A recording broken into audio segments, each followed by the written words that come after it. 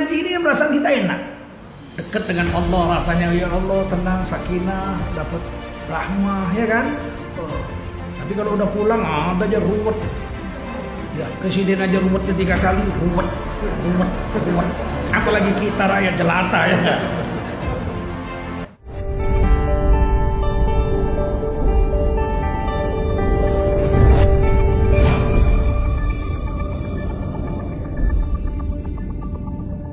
Assalamualaikum warahmatullahi wabarakatuh. Hamdan wa syukran lillah, wa salatan wa salaman ala rasulillah, wa ala alihi wa sahbihi wa mawalah. Allahumma salli wa sallim ala hadha nabiyil karim Sayyidina wa maulana Muhammadin wa ala alihi wa sahbihi ajma'in. Amma ba'du. Qala Allah Ta'ala fi kitabihil karim, A'udzu billahi minasy syaithanir rajim. Bismillahirrahmanirrahim. Alladzina amanu wa hajaru wa jahadu fi sabilillahi bi amwalihim wa anfusihim wajahadu fi sabilillahi bi amwalihim wa anfusihim a'zamu darajatan 'indallah wa ulaika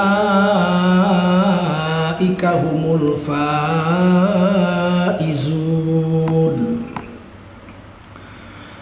Yubashshiruhum rabbuhum birahmatin minhu wa ridwanin wa jannatin lahum fiha na'imun muqim khalidina fiha abada innallaha 'indahu ajrun 'azim.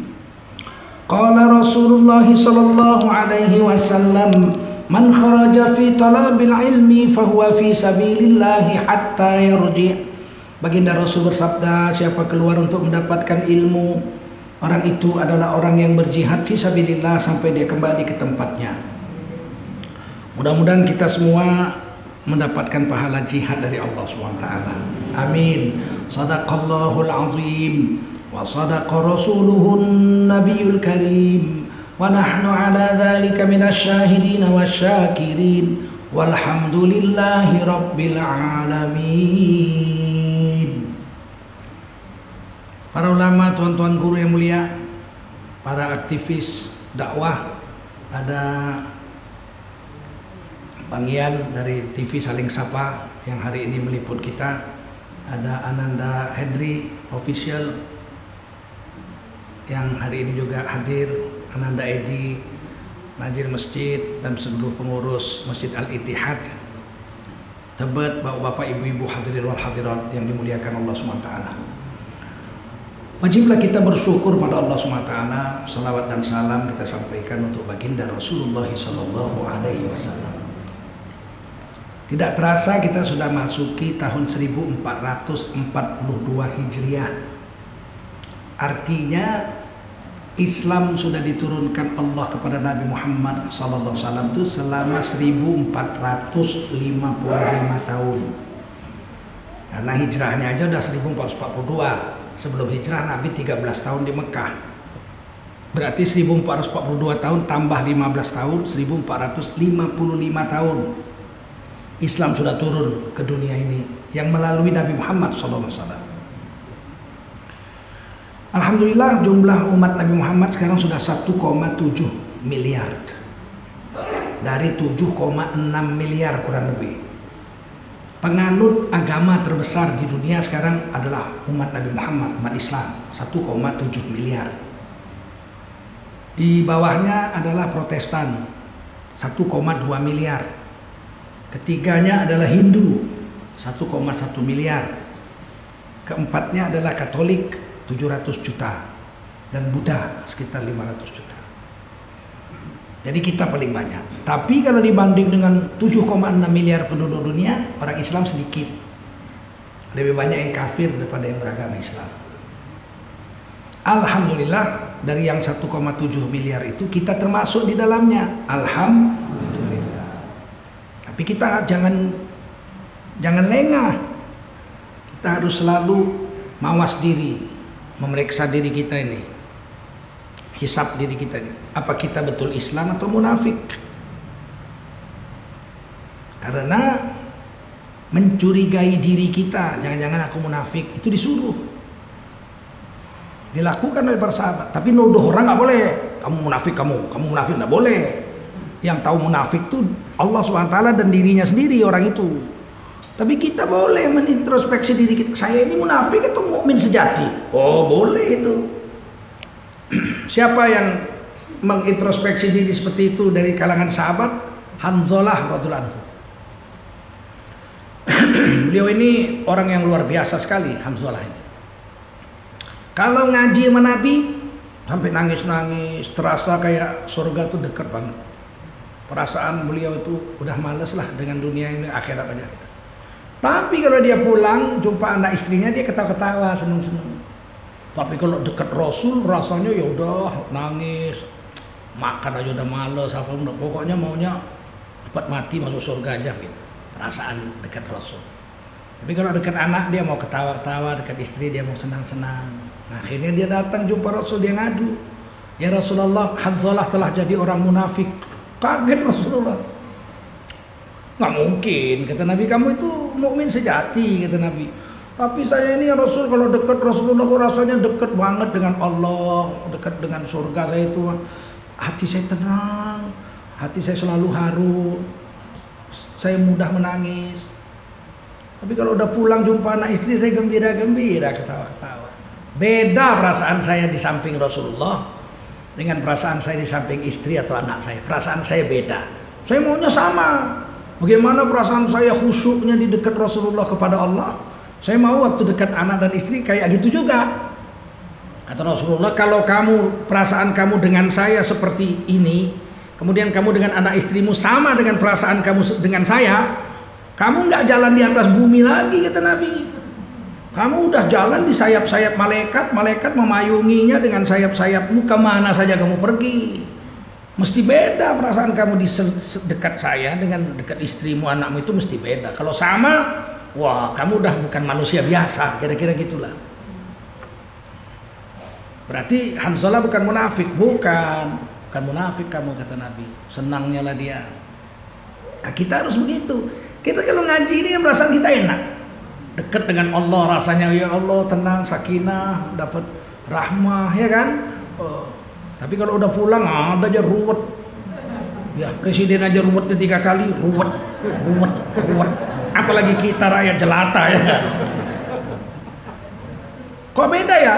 Oh memang beda. Kalau sama perasaan bapak-bapak, ibu-ibu, saudara waktu di majelis taklim dengan di rumah dengan istri anak. Oh, udah jalan di atas sayap malaikat kita. Kita sudah wali Allah. Adakah yang seperti itu? Ada, tapi bukan kita. Ada wali-wali Allah itu tetap ada sampai sekarang. Mereka itu maunya agama aja. Jangankan wali Allah, orang yang sudah mencapai derajat nafsul mutmainnah itu nggak mau kalau nggak agama. Selain agama, hatinya udah nggak doyan, nggak suka. Dia maunya agama aja, zikir, baca Quran, sholawat, sedekah, ziarah, umroh, haji, sholat sunat, puasa sunat. Maunya itu aja. Agama dia udah nggak mau. Itu siapa? Di dalam Quran orang yang nafsunya sudah nafsul mutmainnah, nafsu yang sudah terkendali. Dia udah memang nggak doyan selain agama, dia nggak doyan. Nah, itu disebut di Quran. Ya ayyatuhan nafsul mutmainnah irji'i ila rabbiki radiyatan mardiyah fadkhuli fi ibadi wadkhuli jannati. Wahai nafsu yang sudah terikat dengan agama, memang nggak mau lain agama, nggak mau dia. Makan, agama mengizinkan nggak? Gitu dia. Minum, ini Rasul Allah dan Rasulnya senang apa nggak? Saya kalau minum ini. Pakaian, saya kalau pakai baju ini Allah senang apa nggak? Sama Rasulullah senang apa nggak sama saya? Gitu dia menghabiskan waktunya nih. Nah, saya kalau duduk-duduk gini mancing, Allah senang apa nggak sama saya? Nggak senang Allah mancing, menipu ikan. Nggak senang. saya nggak mau mancing. Kan nipu itu, dikasih makanan, dimakannya ketarik lehernya, kesakit, ditarik sampai setengah jam lagi. Haram. Menurut ilmu fikih tidak haram, menurut ilmu fikih nggak haram. Tapi menurut perasaan tasawuf ya, ilmu tasawuf nggak pantas. Kalau mau nangkap ikan di jaring aja udah cepet. Makanya ajengan-ajengan di Banten, ulama-ulama Banten yang saya tahu, yang ahli puasa, mana mau mancing? Nggak mau dia. Apalagi makan ikan aja nggak mau orang tuh. Kenapa? Karena ikan-ikan di laut itu memintakan ampun siang dan malam kepada orang-orang yang berpuasa. Makanya ahli-ahli puasa di Banten itu hadis sahih loh. Jadi orang-orang ahli puasa itu dimintai ampun oleh ikan-ikan yang ada di air-air itu. Nggak mau dia. Masa orang yang minta ampun saya makan. Itu perasaan, itu halus, itu tasawuf. Ya. Walaupun menurut fikih halal aja, boleh mancing, boleh seneng. Tapi mancing untuk diambil, ini mancing untuk hobi. Di syuting lagi, buat duit lagi dari YouTube. Hati saya nggak suka begitu, gitulah. Nah, jadi nafsu yang sudah tenang, memang maunya cuma agama. Selain agama dia nggak mau. Datanglah kepada Tuhanmu dengan ridho, kau akan diridhoi. Fadkhuli fi ibadi, bergabunglah kamu masuk dalam hamba-hambaku. Wadkhuli jannati, silakan masuk surga bareng-bareng dengan hamba-hambaku. Kan nikmat betul ayat ini. Surah Al-Fajr. Surat Al-Fajr, beberapa ayat terakhir. Nah, bolehlah introspeksi diri. Hanzalah ini begitu dia. Begitu perasaannya dekat Nabi dengan dekat istri beda, dia udah bilang, saya munafik mungkin ini. Nanya sama Nabi, kata Nabi enggak. Dan beliau ini wafatnya luar biasa, baru nikah, pengantin baru. Perang Uhud meletus. Kata Nabi, kamu gak usah perang, kamu dispensasi, kamu baru nikah. Jadi Rasulullah ini memang manusia Nabi, bukan anak Tuhan, bukan titisan Tuhan, tapi manusia sempurna. Ngerti Nabi pengantin baru itu perlu cuti. Ngerti.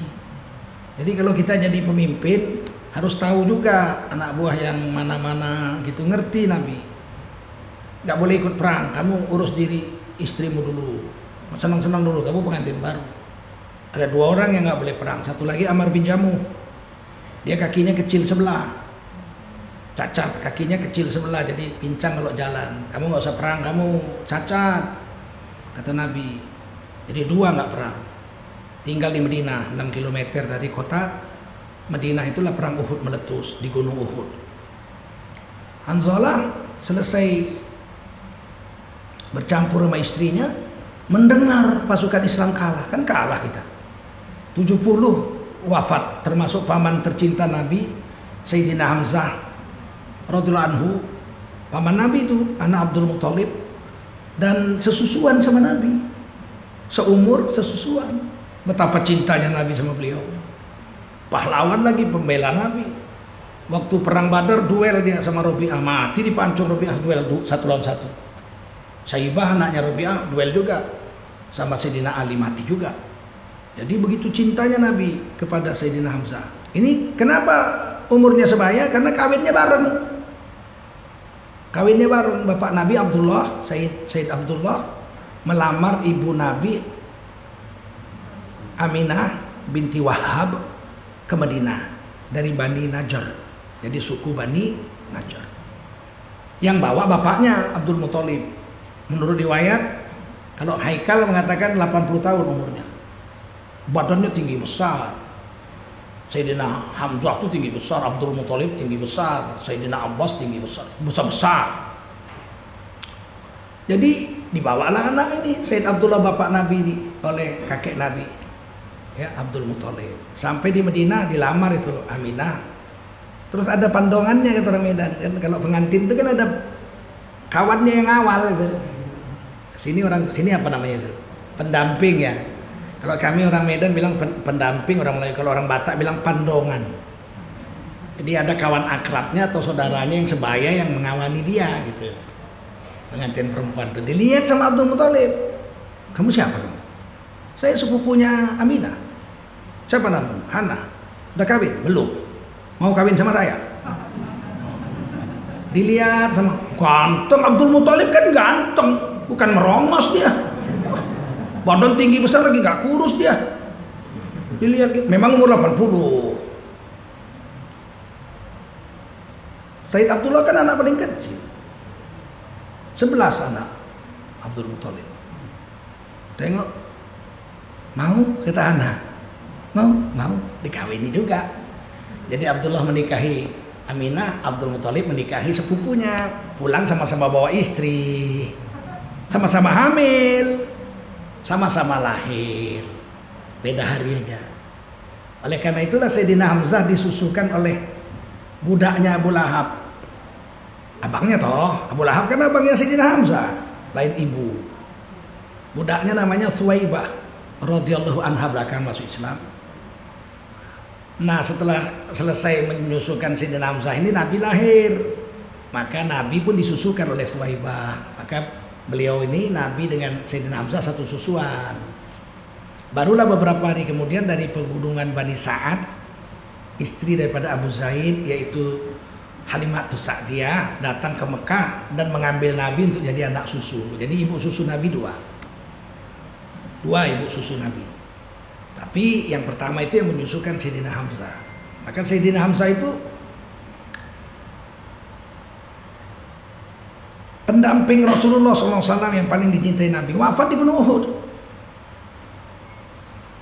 Nah, begitu mendengar perang kalah, Sayyidina Hanzalah ini bangun. Dia marah sama dirinya. Enak-enak aja kamu tidur senang-senang sama istrimu, sementara sahabat berguguran membela agama.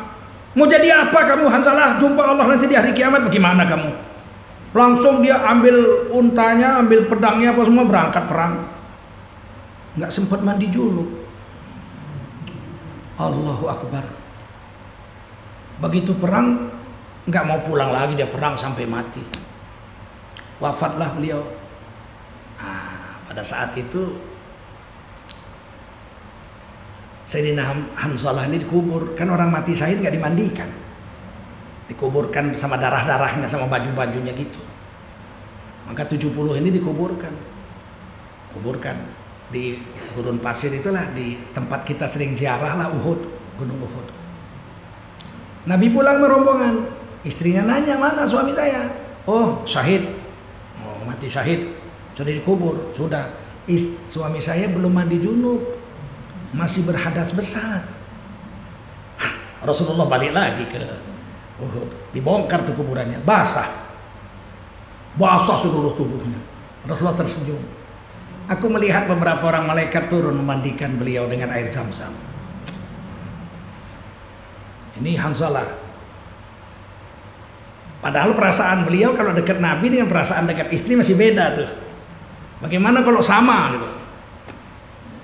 Kita pun begitu kalau ngaji dengan kami, dengan para ustadz ini, perasaan ibu, perasaan bapak, rasanya kok begitu dekat dengan Allah.